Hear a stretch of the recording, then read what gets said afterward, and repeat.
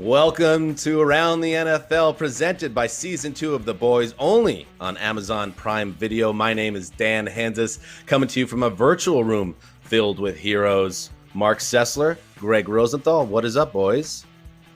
What is happening? We're in training camp mode, but we're getting ready for the season. I've got my ITC shirt from 4 years ago. Your hair looks like it's getting ready for the season, Dan. We are ready. That hair is looking good, Dan. I mean, I want to borrow some of that hair if you wouldn't mind. I have my product right here. I'll let you use it some other time, Mark. Listen, we are less than 3 weeks away from football. Teams are on the field practicing, actually wearing helmets and pads and hitting each other. The danger on the outside of the door is so far being held at bay.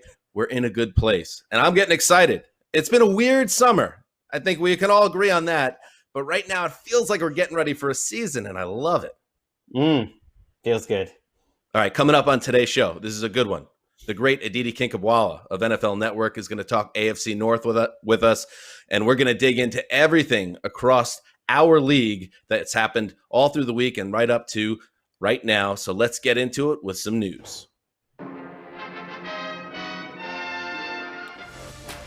All right, let's start with Yannick Ngakoue, the Jacksonville Jaguars star, who, he wants out. We knew that. Well, maybe that's going to happen soon. Mike Giardi of NFL Network reports that head coach Doug Marrone had this to say: "I want what's best for Jan. He's done everything I've ever asked him to do. I think he's an excellent football player, but now it goes back to the business end, where at the end of the day, I hope everybody gets what they want." Greg, we've been doing this long enough. When the coach starts speaking like that, something feels imminent. Yeah, it feels like a matter of time, especially because Ngakoue is not showing up and the Jaguars aren't pushing him to show up. Then again, like our reporters are saying, it's not necessarily happening in the next few days. The fact is, it's been a quiet week in the NFL. This is the most exciting thing. Maybe it's because of the lack of the access. Like, we're relying right now on off-brand ex-NFL Network reporters to throw this out there. Our guys in-house, I'm gonna trust our guys in-house who say maybe it's not happening today or tomorrow, but the Raiders are one team that have stayed in touch. And that makes a lot of sense to me because the Vegas Raiders could use a pass rusher. Even though Clelin Ferrell, their top 5 pick from a year ago, should be playing that role, I think Ngakoue could play it a lot better. I'll throw out another team, my New York Jets, who really need some help on their defense, and they trade Jamal Adams, who's the heartbeat of that defense, and that trade netted multiple first-round picks. So what does Joe Douglas, the general manager, do? Well, it's hopefully he now leverages that to bring in somebody that can make a difference on that defensive line. And listen, anybody that follows the sport knows there's a sentence of coverage that's been attributed to the Jets for 15 years almost now, and it goes like this. Hit it.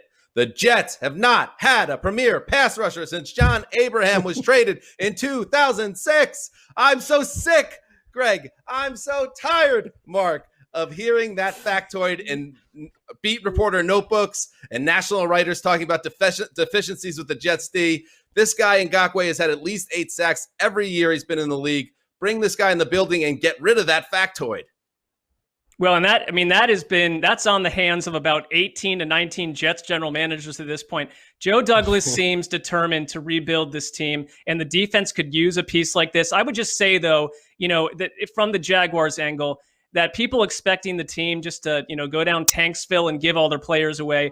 I look back with Jalen Ramsey a year ago. That was a cantankerous showdown between player and team, and they got great value. They got 2 first-round picks from the Rams for it. They can help rebuild that team with that. I don't think they're going to go and give Ngakoue away for a song. I mean, I don't know what it would take, but I'm thinking second-round pick or something. David Caldwell, who has 9 lives in Jacksonville, does not want to come out of this looking like he's been fleeced. I really think you heard his comments this week. He is determined to make this thing look positive for Jacksonville. Absent any leverage at all in this situation, Caldwell, second round pick. If I'm a team, I'm jumping at that. If the Jags dangle Ngakoue, a player of his talent, let's see what happens. In other news, Rob Gronkowski, of course, we know, is back in football with the Tampa Bay Buccaneers, and his head coach is feeling bullish about the tight end's abilities in 2020. In fact, Bruce Arians says Gronk looks like he did 5 or 6 years ago. It's peak Gronk. Oh my God, how is this possible? How is it possible, Greg, that a player could be this good after years away from? In fact, you know what this feels like to me, Greg? This feels like a trope alert. I gotta call it. I gotta call it. Trope alert. Trope alert. Trope alert. Coach, Look at the siren. Poland, Trope alert. aging veteran Trope with alert. history of injuries, Trope alert. now better than ever. That is a trope. I don't buy it, but it's it's optimism season. It's a little bit of a spin on that, though. How about, aging player who got a year away from the game to rehabilitate his body and went on the big Tom Brady system, TB12. I do buy it a little bit, at least because I'm watching these videos, maybe not this one specifically, but there's a few where he goes deep and he is moving better than he was a couple years ago. There's just no doubt about it. He had a piano on his back. He was running like Frankenstein, and I do think he's moving better. The question is whether he can do it when there's actually hitting and football. And his blocking really struggled a couple years ago because his back hurt. And I don't know. You have to really wait for the regular season to find that out. Yeah, I mean, they have Cameron Brate, they have O.J. Howard. I don't think it's like, Gronk or bust at the tight end position. I think they can manage his snaps. I agree that you get into pads, that's a whole deal. But he said that the year away was like 3 off seasons. That makes me think that maybe I would like to take a year off from work and see how I would return. But, this is that time of year at the end of your point. Mark.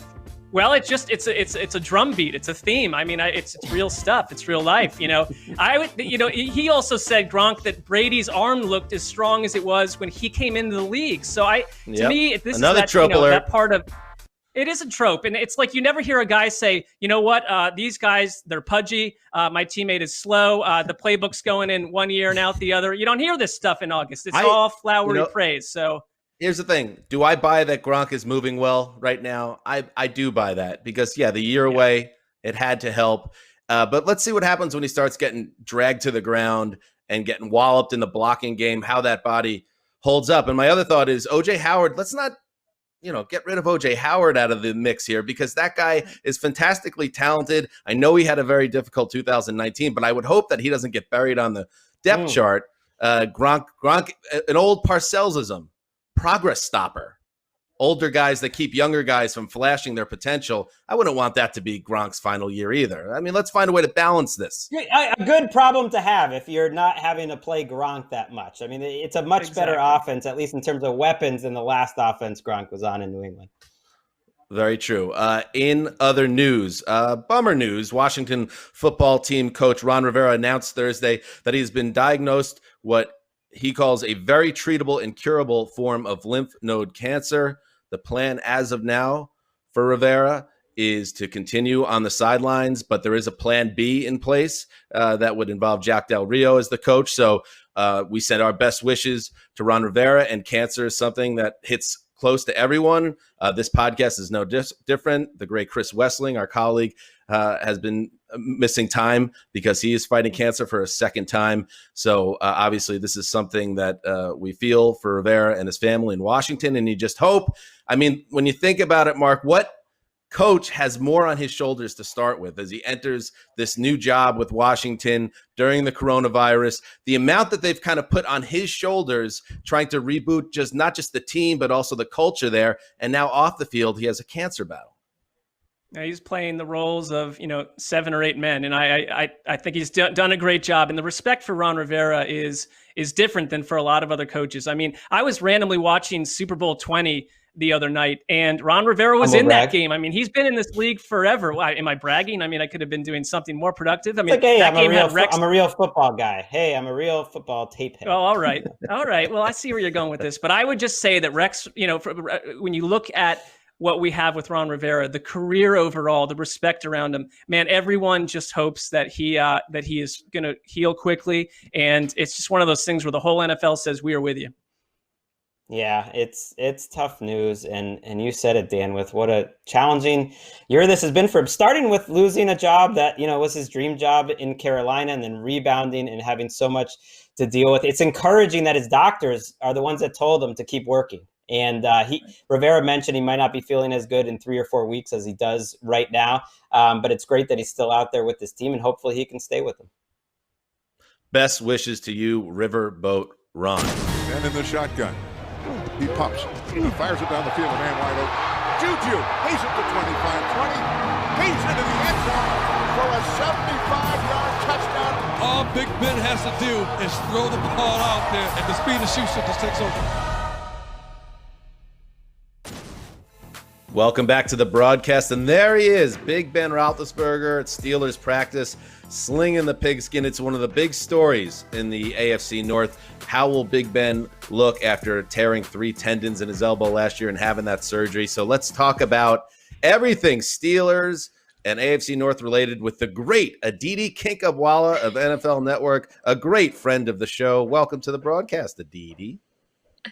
Well, Dan, now I'm all aflutter, right? You give me an introduction like that, I'm not sure that I can keep all my thoughts straight.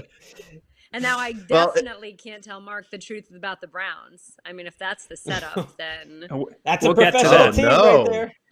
Oh, that's an awesome tease for this seg. But let's hold up on the Browns for now. And Mark, try to keep it together emotionally until we get there, because I know your mind's racing about what Aditi could mean by that. Okay. But Aditi, let's start with Big Ben, because I know, and listen, everybody should follow Aditi on Twitter because she's so great at her job. And you did reference a few days ago, you don't want to talk about Big Ben's physical appearance. Everyone talking about, is Big Ben fat? Is he skinny? All this. What we really should care about, right, Aditi, is he throwing the ball well? Does he look like Big Ben? And is he going to be the guy the Steelers need to win the AFC North? He 100% is indeed throwing the ball well. His arms got, his throws have some zip to them. He's got great velocity. Mike Tomlin had talked about his spiral not being as tight as he'd like, but then this week, Tomlin admitted, okay, it's getting tighter. I think the thing with Roethlisberger right now is that he's got to get the timing down with his receivers. He looked good. The last day I was out at practice 2 days ago, he was very good with Juju. They had a very nice connection. He's thrown some nice balls to Chase Claypool, the rookie that you just saw. And he, of course, Claypool's a guy that gives him a big red zone target that's unlike maybe anybody he's had since he had Plexico.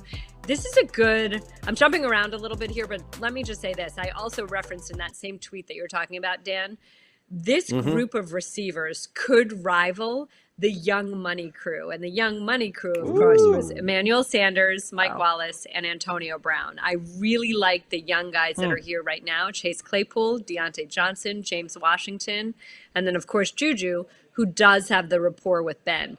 But so here's the key with Ben. Ben is healthy. Ben says he feels great. Tight end Vance McDonald has said that he has never seen Ben as hungry as he is right now to win a championship. No, I thought we weren't talking about his weight. Aditi, I thought we weren't talking about his weight. It's funny because we're going to talk about Baker Mayfield's weight at some point, aren't we? Ooh. But in any case, oh no, Mark, it's all for you. I mean, you are my favorite. I'm just so I waiting. have to make sure that you're listening, because, like, I feel as a standard Browns fan, you tune me out when I talk Steelers, so I've got to throw a few things in there every so often. Aditi, the problem you're is dead on. Aditi, You're dead on. Aditi, the problem is that you're dropping these breadcrumbs for Mark, but they're all dipped in arsenic. I only tell the truth. I'm a reporter. I traffic in facts. Hey, but let me go back to Ben. Ben does look good. I really do believe that Ben looks at this defense. He sees what could be the number one defense, and he knows that when he won his 2 Super Bowls, he had a number one defense and he had a great run game. A great run game. Ben Roethlisberger is a better player when the Steelers run the ball well. So really, I'm not worried about Ben as the X factor here. I'm worried about whether the Steelers run the ball. Yeah, I think Ben was looking at that mailbag by your old buddy Jay Glazer, Dan, and was like, "Oh, I better get in shape." Jay Glazer has motivated me after calling me out. You mentioned Juju, Aditi, and I do want to ask the question that a lot of people outside of Pittsburgh, I think, are surprised about the fact that conventional wisdom says this might be it for Juju. Not just that the Steelers don't pay receivers traditionally, but just maybe they don't see him the way a lot of us do. I do think that it's a really big year for Juju. I think it's a show me year in the sense that, now look, we have to acknowledge he was hurt last year and the quarterback play was not what you would expect it to be. But Antonio Brown, whether whatever we think, Antonio Brown, obviously great receiver on the field. Juju Smith-Schuster was in many ways 2 years ago a product of Antonio, in the sense that Antonio routinely drew double or triple teams. So now Juju, to his credit, took advantage of the one-on-one matchups. He made the catches. He did what he needed to do. But last year was definitely a disappointment, and not just because we can't only blame the quarterback play. There were a lot of catchable balls that Juju just didn't come down with. That's a difficult thing. We're going to have to see what he can do. But it's funny because, I really feel like these young guys are pushing him in a certain way. Juju also gets the rep of, I even asked him the question last week. I said, look, we talk about James Washington as being this unbelievable deep threat. He's a kid that a 50-50 ball, he's coming down with it most of the time. Deontay Johnson, I think he's a game breaker. I think he's the heir apparent to Antonio Brown.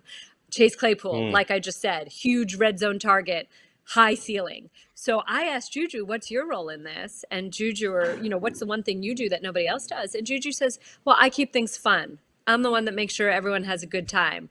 We're always lit. And I think that that's something that Juju battles also, because we know that he loves to play Fortnite. We know that he loves to go to high school proms and ride his bike and do all those things. So I think that the Steelers in general are an organization that like a seriousness of purpose. And so, I think the Steelers want to see also that he really is having that fun and still totally, completely committed to being the best receiver on this team. He's like the Mark of the Steelers, Let's get to the main course here. We've waited long enough. Go, Mark. Wait! You don't want to talk about the Steelers' defense? Hold on. Not today. I feel like Browns fans see enough of the Steelers defense. Believe me, I'm just going to let you go, Aditi, because I want to know about this stuff where, there's tweets saying that Odell Beckham is a different cat, that the whole, Baker Mayfield showed up, I think, looking trim and ready to go. But you've been there in person. I want to find out, what do we not know about the Browns? And I'm concerned because typically you drop unpleasant nuggets on this front. Go. Let's hear the truth from the reporter. Let's build up Mark first, okay? Okay. There's been so much talk about Ben Roethlisberger's weight, and it sort of is, I'm over it. I will say this about Baker Mayfield, because there's been a lot of talk about his weight. He does actually look leaner, stronger, more ripped. I think the bigger point with Baker Mayfield here is that when Kevin Stefanski came in, he told Baker, you need to lose some weight. You need to be able to be a little bit more nimble when you're scrambling. And the sign here is that Baker listened to him. And he said, okay, I will. And he has. And he told us that he's eating a lot more cleanly, that he's really focused on that piece. So that counts for something. I mean, you look at him, he does look better than he did look a year ago. Right. That's a positive. Odell Beckham. Jarvis Landry, who probably knows Odell better than anybody on the planet, said that Odell just seems more comfortable with being a Brown. He's more settled in. He's a little more content. I believe Jarvis. Jarvis is not a guy to sit here and say something just for the sake of saying it. I think a happy Odell and a healthy Odell certainly bodes well. This is interesting that we're looking at Case Keenum, because let me tell you, Case Keenum looked awfully good yesterday. And I'm thinking it's because he has a lot of familiarity and comfort with what Kevin Stefanski likes to do, but Keenum did look good, and that's a good thing for Baker. I mean, it's a good thing to be pushed by somebody. So what's the other side now, Aditi? What's the other side? Okay, so you know what? So Dan, one of the things that's magical about getting to do what we do is we get to go to multiple different teams, and a lot of times you need contrast to really know what you're seeing, because somebody's going to tell you, hey, X, you don't really know that X is true until you see it elsewhere. So Dan, the Steelers and the Browns are practicing in a completely different manner. And this will take me a minute to explain, so just give me a second here. The Steelers have a lot more self-created energy. The tenor and tone of the practice is different. Now, a lot of that has to do with the personalities. The Steelers play no music at practice, but TJ Watt is a guy who's always fired up. Mike Hilton is a guy who's constantly talking trash. Joe Hayden is a guy who's bouncing off of walls. You feel that energy when you sit in the stands of the stadium. And one of the things we worry about this year is, how do guys keep it up? How do they get the juice going when there are no fans? So the Steelers, I think, have that because they can sense how good they can be. The other thing here, Dan, that I would say is that Mike Tomlin has spent quite a bit of time talking about how to mimic game situations without games. And when he says that, it's not just about mimicking physicality. It's I mean, think about it, guys. In a game, you're going from playing linebacker on defense to suddenly having to run to special teams, to maybe there's a turnover and you have to go back. The tenor of the Steelers' practice was a lot more unpredictable. So what I mean by that is they went from stretching to 7-on-7 to sled drills to the Browns put you to sleep. The Browns put you to sleep. Waiting for the other shoe to drop here. You're wrapping me. I see it, Greg. But yeah, basically the Browns were much more scripted. But here, that's I'm not too bad, Kevin Stefanski for that. Well, yeah, but I'm not faulting him because he still has to install his schemes. And the Steelers don't have to install a scheme, right? They have veteran coaches. They have a veteran team. Yeah. The Browns are still very much in educational teaching mode. They have no other choice. So you wonder. Well, that's fine. The Ravens are coming up in like 18 days. So it's a different season and for the sure. Ravens are much better than they were a year ago, too. I will say that. Oh, boy. Hang in there, Mark. Keep the faith. Aditi, thank you so much for joining us and giving us all the insight, good and bad, because we need that to make good, educated decisions about the season. Till next time. Hey, yo, New England, I've got a very good feeling about this year. What you think? The sequel to the past success, Brady or Belichick. With time out, I think we'll find out very quick. New England just might not be out their element, because Tom Brady's replacement is ready to represent. Cam, 2 words, the man, and he's hungry as ever to execute the winning plan. Will Cam hold his stance, or will the pass fold and lead a path for the AFC East up for chance? You tell me. Welcome back to the broadcast. Yes, Greg Rosenthal, your New England Patriots.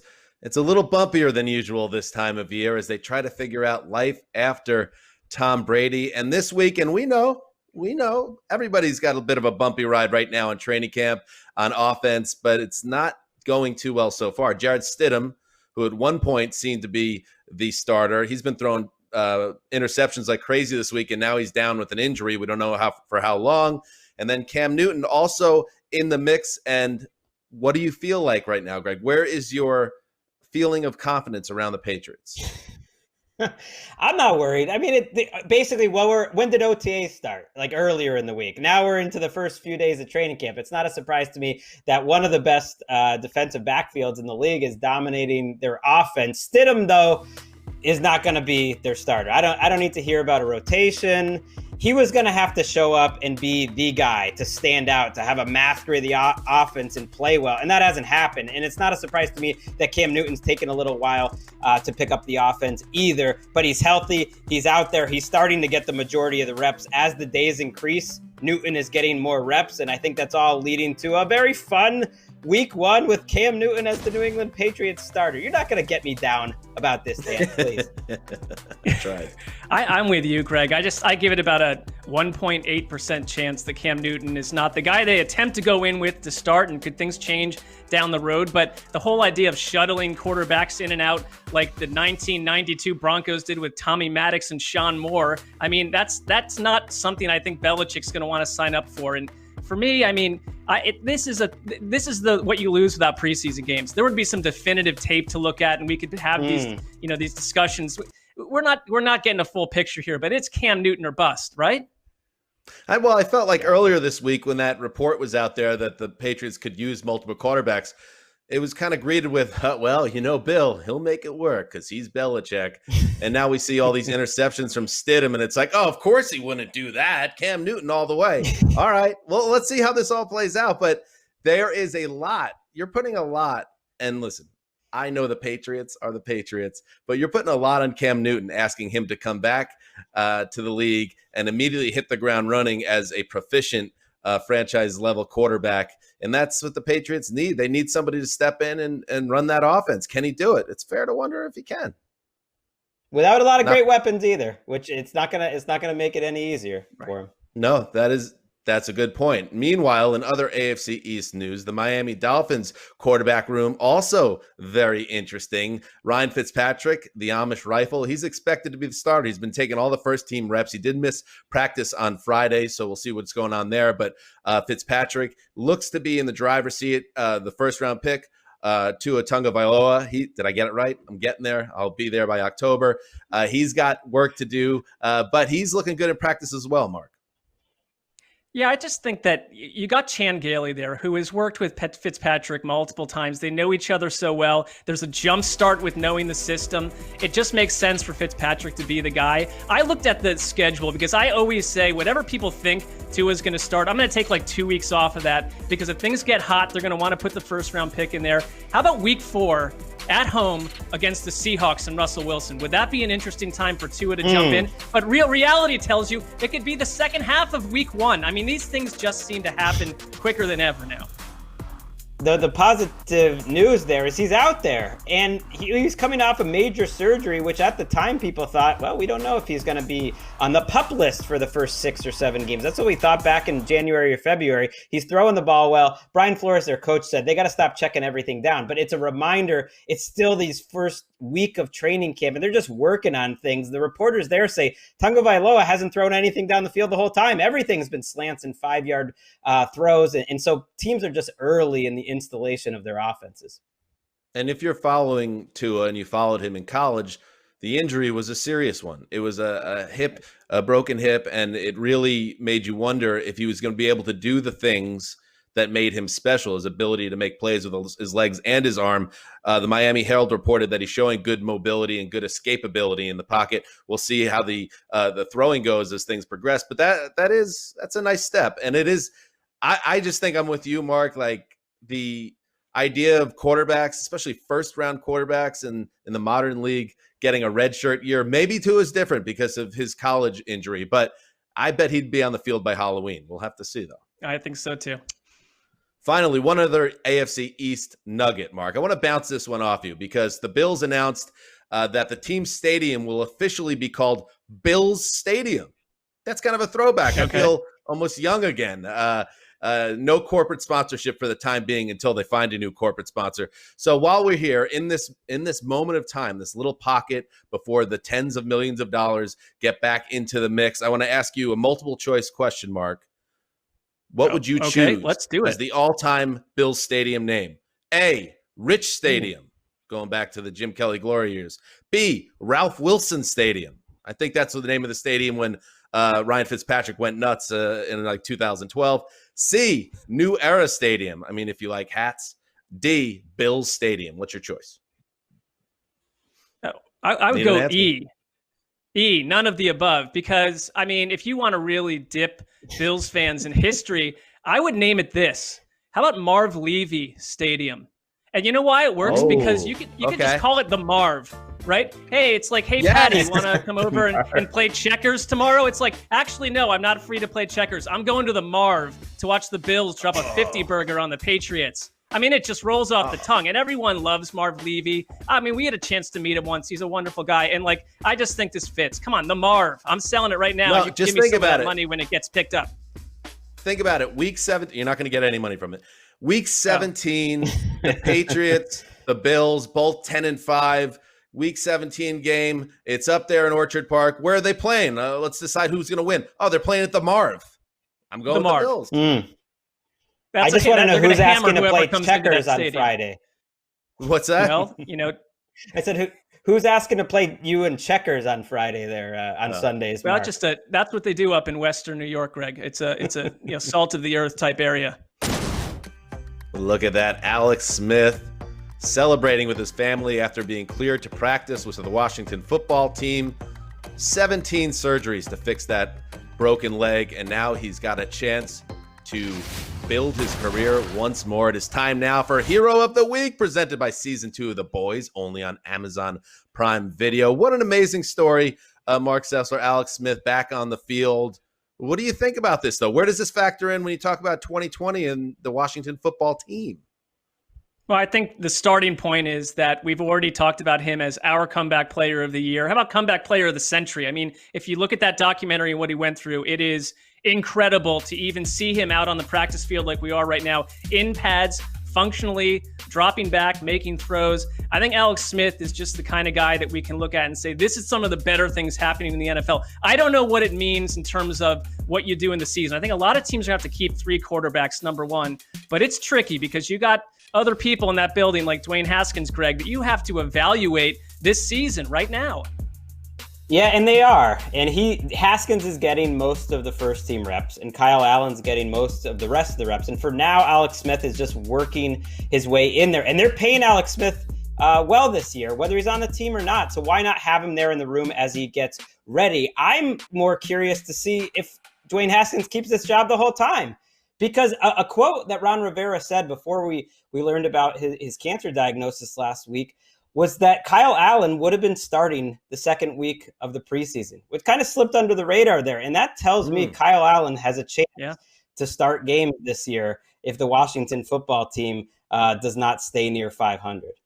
As you boys know, I write the power rankings for NFL.com. Shameless plug. We do. And I hinted at Dwayne Haskins maybe having a shorter leash than you may expect. And I got some heat from Washington football fans. Why would you say that he's a first-round pick? But doesn't it kind of feel, boys, in this era of this franchise, that whether it's his fault or not, and it's really not, that they've turned the page and they're trying to reboot this thing, and the reboot started in 2020. And if you were the first-round pick under a different regime in 2019, it could be bad news ultimately. I would say this. You have Trevor Lawrence out there. You've got Justin Fields in the draft coming up potentially. It's like they have to find out what they have, but it doesn't mean like I'm with you. I think this is a different situation than Sam Darnold or Baker Mayfield or fill in the blank. All right. We'll talk about another first overall pick coming up in just a bit, Joe Burrow. But first, here's a teaser for season 2 of The Boys. Tune in, Sessler. You are under a misconception that you are our most valuable asset. You are not. Oh my God. Who do you think you are? I'm Stormfront. I'm the new girl. No, What do we do now? This is a war. We're gonna take her down.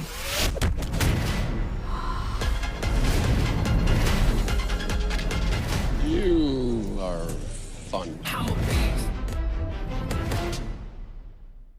Joe Burrow, the future of the Bengals, maybe the present. Paul Denner reports hell of a first scrimmage drive for Joe Burrow. Goes 6 of 6 for 69 yards. Nice, including a 3rd and 14 conversion to Auden Tate. Then a perfect goal to go fade to Tate for a TD. That'll do.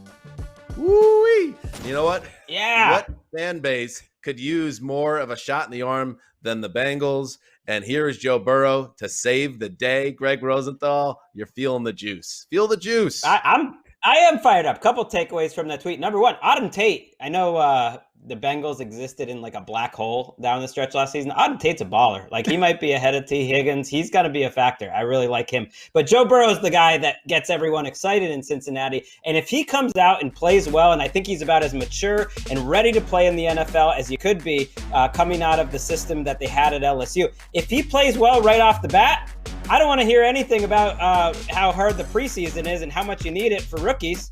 I mean, it's like maybe not having much of a preseason will be fine. And Joe All right, Burrow come on, Greg. You went 6 of 6 in one scrimmage drive. Can we just calm down a little bit about not needing preseason anymore? I'm just saying, if he comes out and he's great, it's like I don't need to hear that we need 4 games or 3 games next year again. Greg's campaign to cancel the preseason is furious at the moment, and I am enjoying it. There was another thing.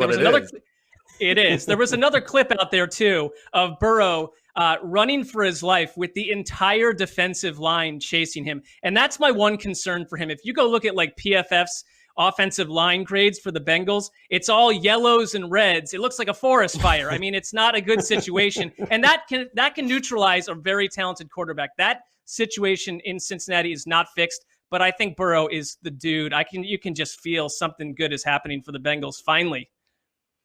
Yeah, we talked about, Trey Waynes missing a good portion of the year, their big free agent acquisition on defense. That's not going to be great on that side of the ball, but maybe Burrow can just be the guy that brings hope back into the building. Maybe not a playoff spot, but just hope. Win and 5 I think games. people would sign off on that. Absolutely. And throw for 3,800 to 4,200 yards, play 15, 16 games, and you're feeling good about your future.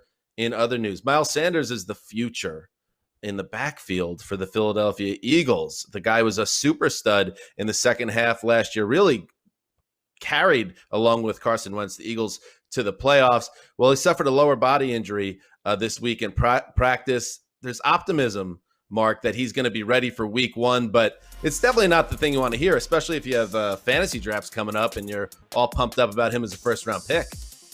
Oh, I think it's got That's the real fantasy tragedy. heads.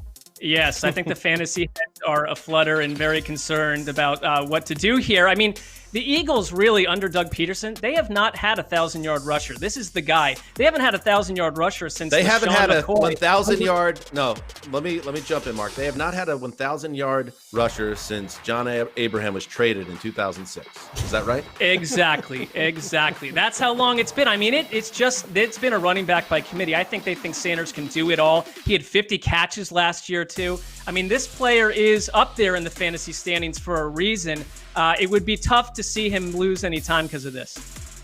Well, he hasn't ever been a big-time bell cow type of back. So it is one of those positions that you kind of have to see it happen, and hopefully this injury isn't serious, but you have to see him take 275, 300 carries before you believe that he can do it, because he didn't really do that at Penn State either. And this story kind of reminded me that this Eagles team is pretty under the radar. I don't think there has been an Eagles team this under the radar since maybe the Chip Kelly, Sam Bradford year, but even then people were paying attention. Maybe you might have to even go back to like mid McNabb period Eagles for like an Eagles team that has a lot of talent there still, just kind of flying under the radar. Okay, I'm with you on that. I do on the flip side because I'm a big Carson Wentz guy, and it was incredible what he was able to do last year. He threw for 4,000 yards without having a single wide receiver that had a 500-yard season. He made magic last year. Sanders really helped in the second half, but you kind of need somebody else to step up to make that offense take the next level to be a actual NFC contender again. I think Jalen Reagor is there. I think that's going to help a ton. They really have added speed and talent at the wide receiver position, which was a disaster last season. I mean, it is a new offense. If it's underrated, Greg, or under the radar, it's certainly got a lot of new faces. Right. They're counting on a few things working, like Jason Peters being at guard. But when you just look at the talent and Deshaun Jackson being healthy and Jalen Reagor coming in and playing well right away. But if those things do work, I mean, this team is pretty excited. I always wind up convincing myself to pick the Eagles to go far in the playoffs. I think I'm doing it again right now. All right, there it is. He's locked in. And speaking of Miles Sanders and fantasy drafts, the Around the NFL podcast, 5th annual Fantasy Extravaganza will be held on Wednesday, August 26th. It's going to be our biggest one ever. Guests from across the fantasy spectrum. I'm really excited. I don't even know if it's the 5th one, but 5 sounds like a nice round number that gives it more of a hook. So we're calling it the 5th annual Extravaganza. How about that? Will I be allowed to participate this time, Dan? Last time you guys had me behind the glass in our studio. That was, demoralizing. Well, Greg and I are on the same page on this one. Once you revealed on our Wednesday podcast that you were watching bird dogging someone's like virtual draft or something, we were like, okay, this guy's back in. He's going to be part of the show.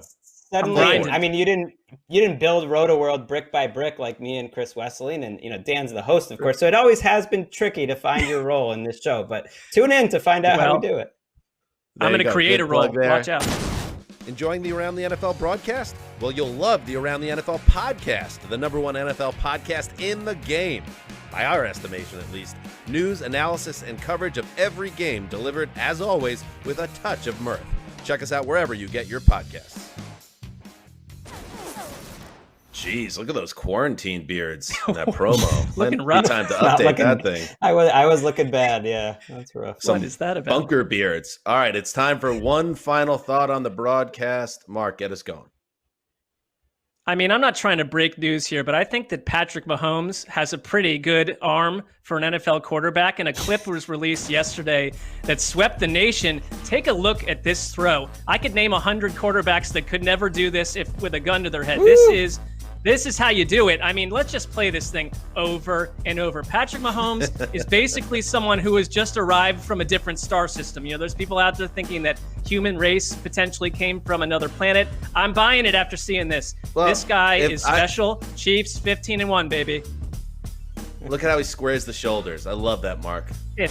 And you know what? Pretty. I have no issues. I have no issues with the Jets passing on him in the draft because they had Bryce Petty and Christian Hackenberg in the building already. Why should Didn't you? want to muck it up. Greg, you're up.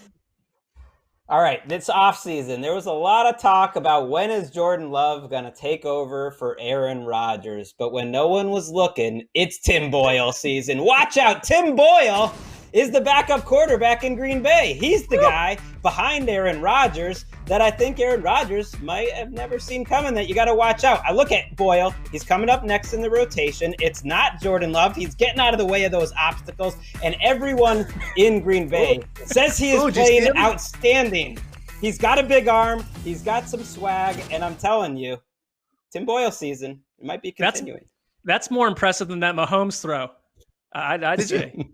Did you see Boyle holster his gun there after that rep? That was amazing. I'm a fan. I'm a fan. It is Boyle season.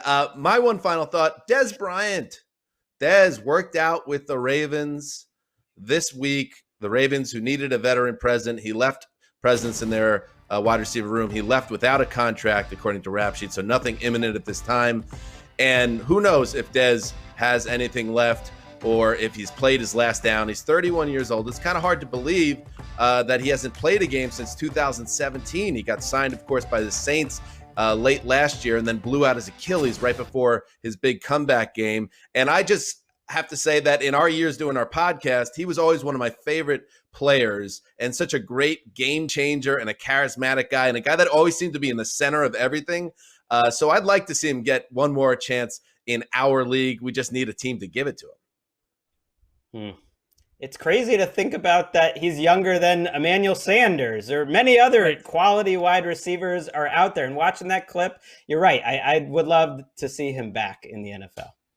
All right. Make sure you check out the Around the NFL podcast 3 times a week, 4 times once the season kicks off. And thank you for watching the broadcast presented by Season 2 of The Boys, only on Amazon Prime Video. That's it for today. Mark, great work today. Greg, awesome. Football is coming. Get excited, everybody. Farewell.